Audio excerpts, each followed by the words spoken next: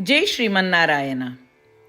उत्तर अमेरिकायाम् अर्कन्सा नगरे बेण्टन्विल् क्षेत्रे स्थित श्रीरामानुजदास श्रीमन् वेणुगोपालमहोदयः भगवद्गीतायाः भाष्यं दत्तवान्। इदानीं तस्य भाष्यं संस्कृतभाषायां शृण्वन्तु। अष्टादशोऽध्यायः मोक्षसंन्यासयोगः। 11 श्लोकः। न हि देहभृता शक्यं त्यक्तुं कर्माणि अशेषतः यस्तु कर्मफलत्यागी सत्यागी इति अभिधीयते। ओम। गीताचार्यः श्रीकृष्ण परमात्मा अर्जुन समेतम् अस्मान् सर्वान् मोक्षसंन्यासयोगं शिक्षयति। परमात्मा वदति, अर्जुन, यावत् कालं वयम् अस्मिन् शरीरे स्मः तावत् पर्यन्तं कर्माणि पूर्णतया अपाकर्तुं न शक्नुमः।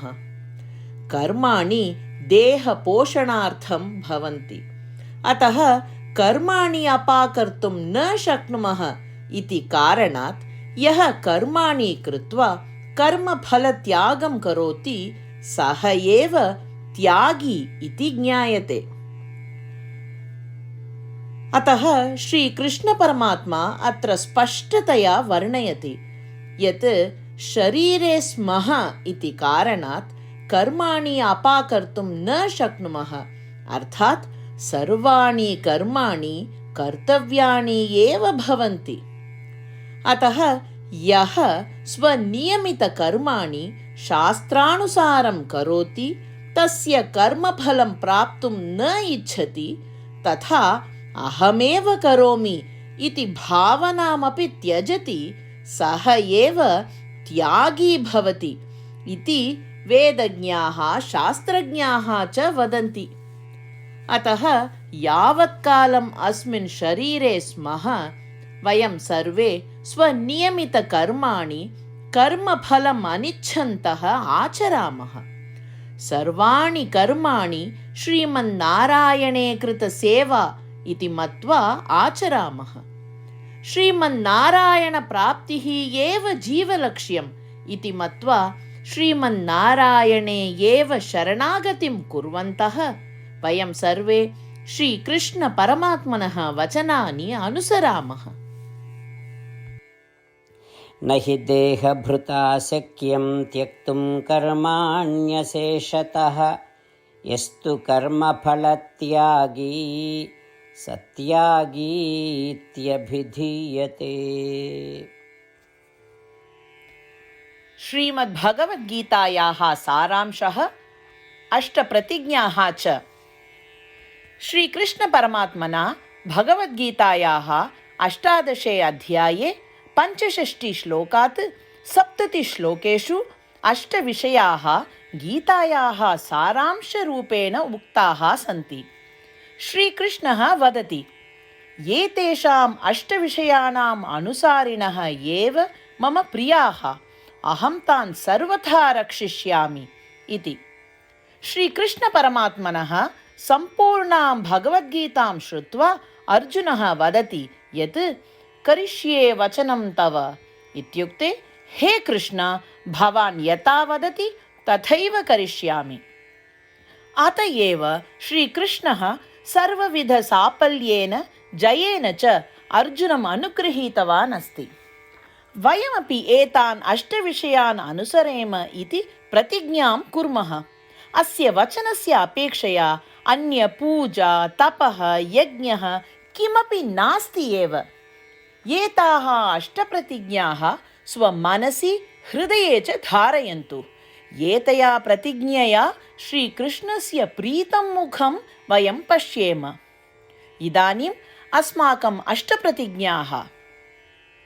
भो श्रीमन्नारायण, यथा सूचितं भवता अहं सदा भवन्तं ध्यायामि।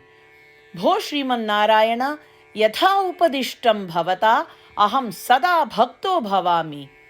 भो श्रीमन्नारायण, भवान् यावत् तृप्तिः भवेत् तावत् भवन्तं सेविष्ये। भो श्रीमन्नारायण, मम महती विश्वासः यत् अहं भवतः भक्तोऽस्मि। बद्धाञ्जलि भूत्वा भवन्तं सदा वन्दे। भो श्रीमन्नारायण, अहं भवतः वचनानि स्मरामि। मामेकं शरणं व्रज। भो श्रीमन्नारायण, भवतः चरणे एव आगतोऽस्मि। भो श्रीमन्नारायण, पुनः स्मरामि भवतः वचनं, मा शुच। अहं कदापि न दुःखो भवामि। भो श्रीमन्नारायण, श्रीमद्भगवद्गीताम् अस्मभ्यं दत्त्वा अस्मान् सर्वान् अनुगृहीतवान् अस्ति। प्रतिदिनं भगवद्गीतायाः एकं श्लोकं वा शृणोमि उत वदामि इति प्रतिज्ञां करिष्ये।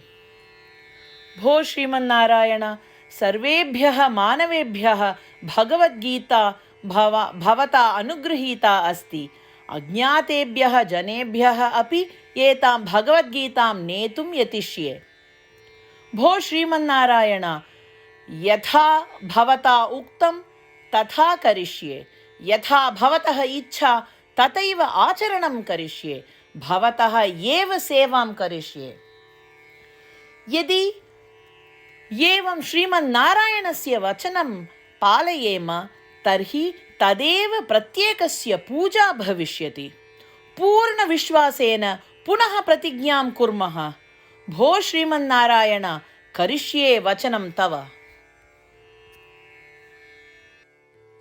न हि देहभृता शक्यं त्यक्तुं कर्माणि अशेषतः यस्तु कर्मफलत्यागी सत्यागी इति अभिधीयते। ॐ न हि देहभृता शक्यं त्यक्तुं कर्माण्यशेषतः यस्तु कर्मफलत्यागी सत्यागीत्यभिधीयते।